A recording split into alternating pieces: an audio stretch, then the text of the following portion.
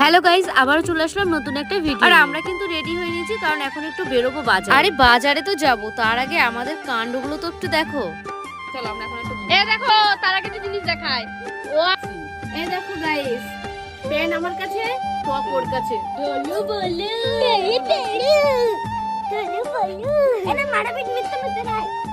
Balloon পাইনি, মাছ নিয়ে যাবো এখন ছেলের জন্য। যে দোকান থেকে এসেছি মাছ কিনতে, কালারিং মাছ নেবে আমার ছেলে। বেলুন তো পেলাম না, এখন ওই জন্য মাছের দোকানে আসলাম।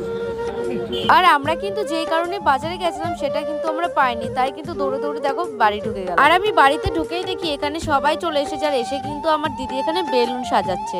আর তোমাদেরকে তো বলাই হয়নি যে আজকে কিসের এত আয়োজন। বলবো কিন্তু তার আগে ভিডিওটা কিন্তু দেখতে হবে। আর চলো দেখি আমার মা রান্নাঘরে কি করছে। মা কিন্তু মানে এটা আলাদা করে চিকেন করছে, চিকেন কষে